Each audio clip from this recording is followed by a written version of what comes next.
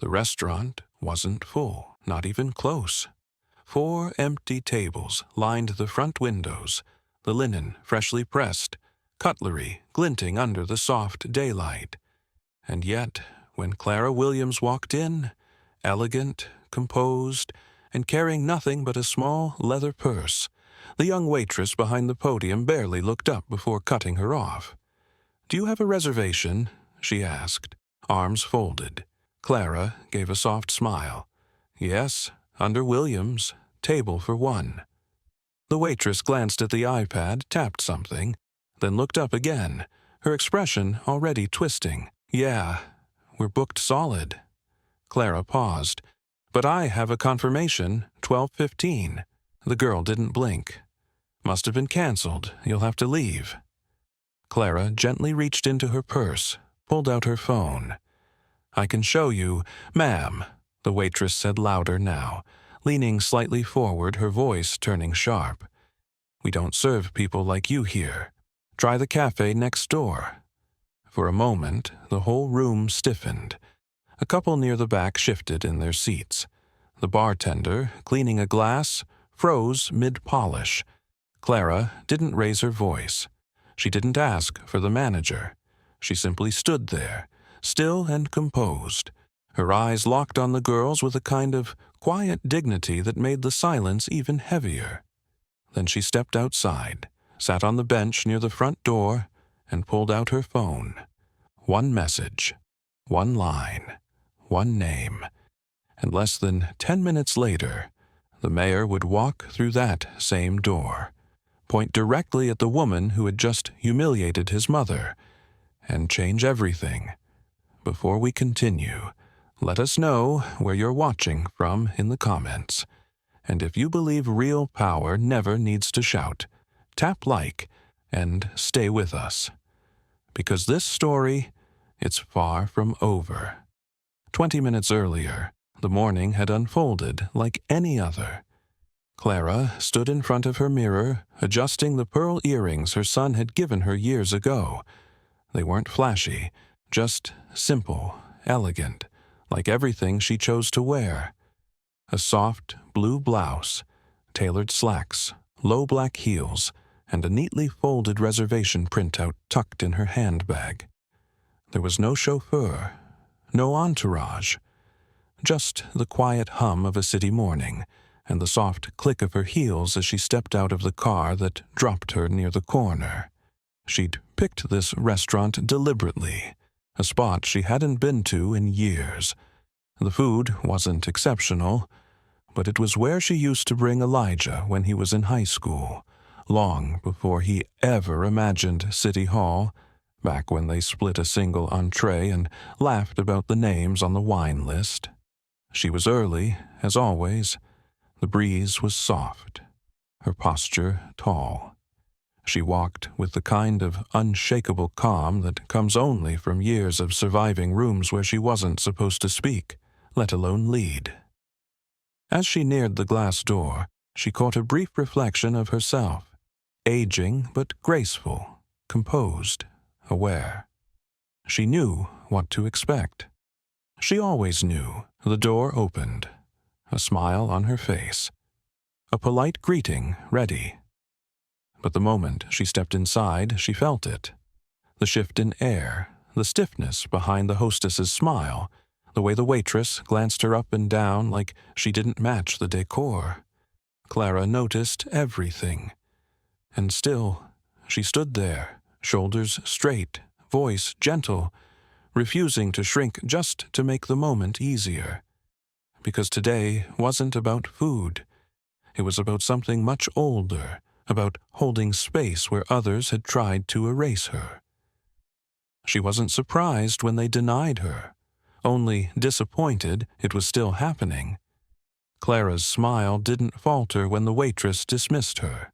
She had expected this moment, even if she hadn't wanted it.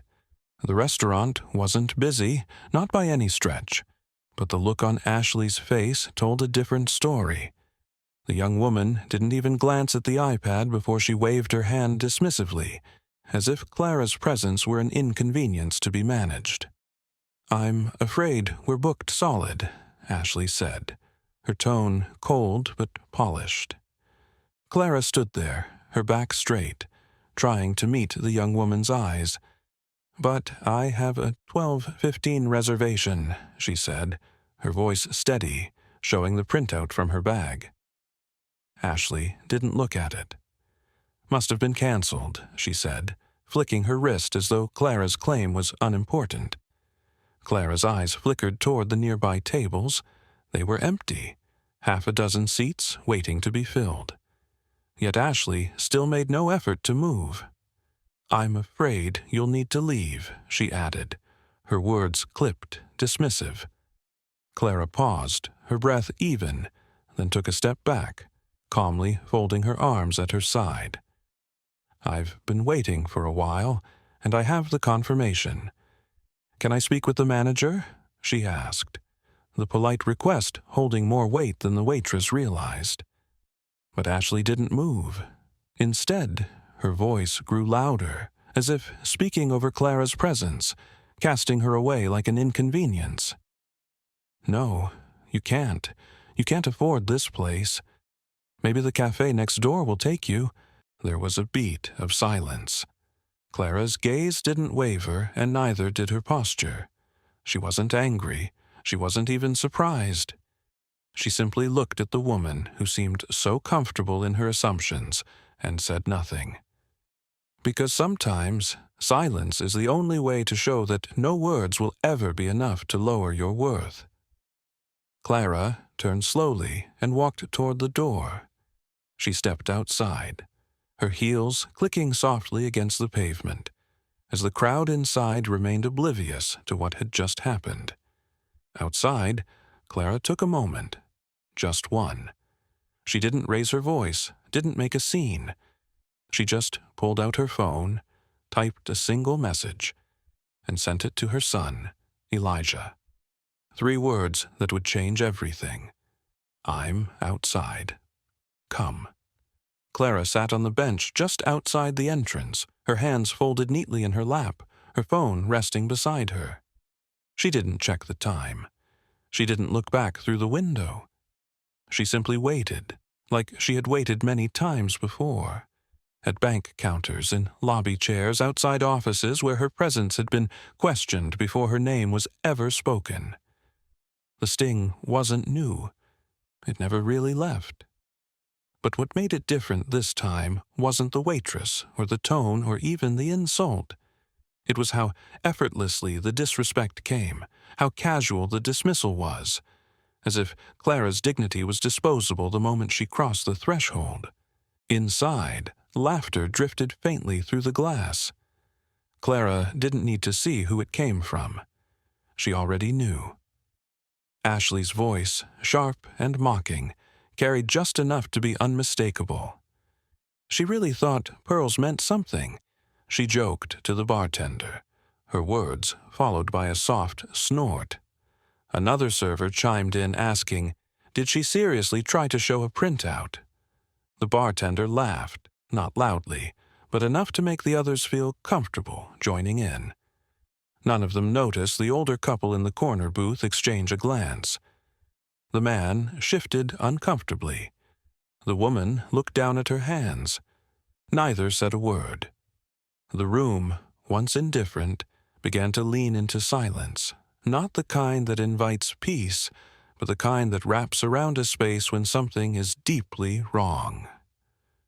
Outside, Clara remained still. Her back didn't hunch. Her shoulders didn't sag. Her posture was the same as it had been when she walked in, except now her silence wasn't being ignored. It was being watched. A young man passing by slowed near the bench, recognizing her. He didn't speak, but he nodded once and kept walking. She nodded back. Moments later, the sound of an engine cut through the ambient hum of traffic. A black SUV pulled up, its license plate marked with the seal of the city. The back door opened, and Mayor Elijah Williams stepped out in a gray suit, expression unreadable. He didn't look rushed. He didn't look confused. He looked like a man who had read exactly one message and knew it was time to handle something personal. Clara didn't stand. She didn't need to. Elijah walked straight past the hostess, straight through the restaurant doors, his eyes scanning once, locking in. When Ashley smiled and stepped forward, cheerful and clueless, he didn't return the smile. His voice was low, clear, and just loud enough for everyone nearby to hear. "Why is my mother standing outside?" Ashley's smile froze mid-step. Her greeting caught between her lips as the mayor's words cut straight through the dining room. For a split second, she thought she'd misheard him. But the stillness that followed confirmed what everyone else had understood instantly. Conversations died. Forks stopped halfway to mouths. Elijah Williams didn't raise his voice. He didn't point or pace. He simply stood there, staring directly at her, his tone level and cold. "My mother," he repeated, slower this time, "has been sitting outside for the last 15 minutes. You turned her away?" Ashley blinked, the blood draining from her face. I didn't know she was your—" "You didn't need to," he interrupted. His gaze didn't flicker. "You just needed to see that she was human." The manager appeared from the back, adjusting his tie, clearly unaware of the unfolding storm. "Mayor Williams, welcome. Please, let me—" Elijah turned his head once, just enough to silence the attempt. "She had a reservation," he continued, now looking at the manager. "She showed proof. She was turned away, and then mocked." The weight of his words pressed against every corner of the room. Diners stared, some in guilt, others in growing discomfort. Ashley stammered, searching for anything to justify the moment. "There must have been a mistake. I didn't recognize—" "You didn't need to recognize her," Elijah said flatly. "You just had to respect her." Clara entered quietly behind him. She hadn't been asked to come in, hadn't rushed to follow, but she stepped into the room with the same stillness she'd had walking out, poised, unapologetic, unmoved. The manager immediately pulled out a chair at the front corner table. "Miss Williams, please, let us fix this." Clara looked around the room, not to gloat, but to take in the shift. The eyes that once slid past her were now glued in place, but she didn't step toward the table. Instead, she folded her hands in front of her and said softly, "You can't fix what you never thought was broken." The words weren't loud, but they landed harder than anything Elijah had said. Ashley's eyes welled, her lip trembling. But Clara didn't look at her. She looked at her son, nodded once, and whispered, "Let's go." Elijah turned without another word. The silence behind them wasn't just embarrassment. It was recognition, the kind that lingers far longer than shame. The glass door swung shut behind them, but the weight of what had just happened remained firmly inside the restaurant. Ashley stood frozen, her face drained of all the smugness she had worn like a second skin just moments earlier. The hum of conversations didn't return. People whispered behind menus. Phones stayed out, some recording, others too stunned to pretend everything was normal. Inside, the manager pressed his fingers to his temples, already anticipating what tomorrow's headlines would look like. But outside, Clara walked quietly beside her son, her stride as measured and graceful as when she arrived. She hadn't demanded a scene. She hadn't raised her voice. But somehow, her silence had exposed the rot more deeply than outrage ever could. Elijah remained quiet, his jaw clenched. He didn't ask if she was okay. He didn't offer apologies. He knew better. She had carried heavier things than this her whole life.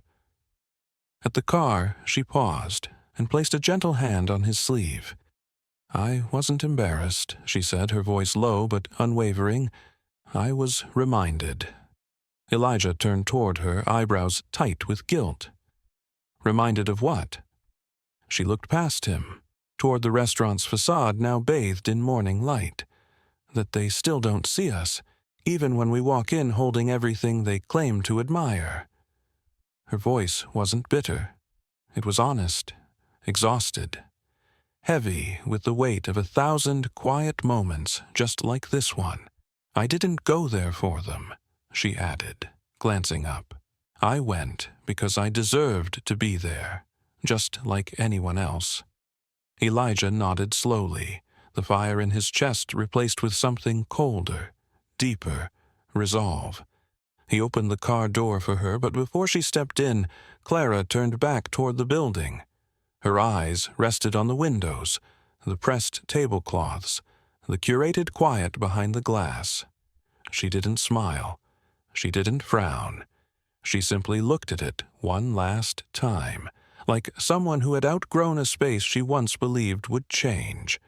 Then she entered the car, leaving the restaurant, the staff, and every pair of watching eyes behind her.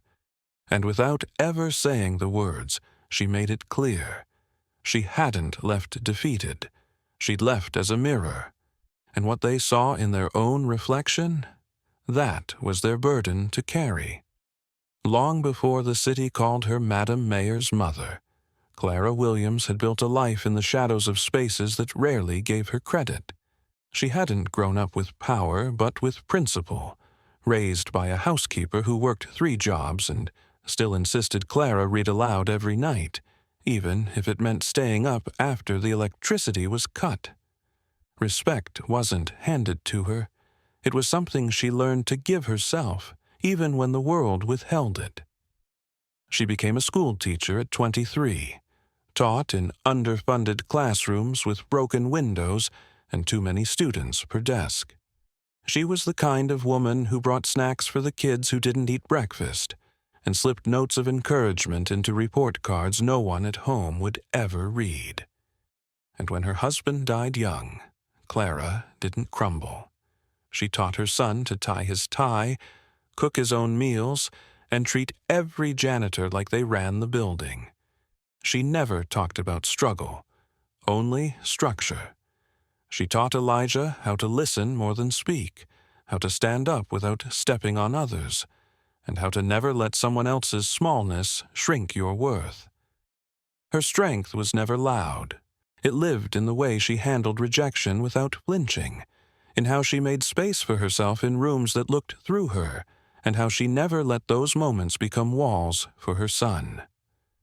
When Elijah first told her he wanted to run for office, she didn't offer a warning. She offered a mirror. "Don't forget who gave you your spine," she told him. It wasn't the campaign. So when she walked into that restaurant, she wasn't just a woman seeking a meal. She was a woman whose silence had outlived decades of dismissal. She had walked into boardrooms and been mistaken for the help. She had been ignored, questioned, and disrespected, but never undone, because Clara had spent a lifetime building a kind of dignity that didn't shatter when ignored. It sharpened. And that day, when she turned and walked out without a scene, it wasn't the end of anything. It was just one more lesson, this time for everyone watching.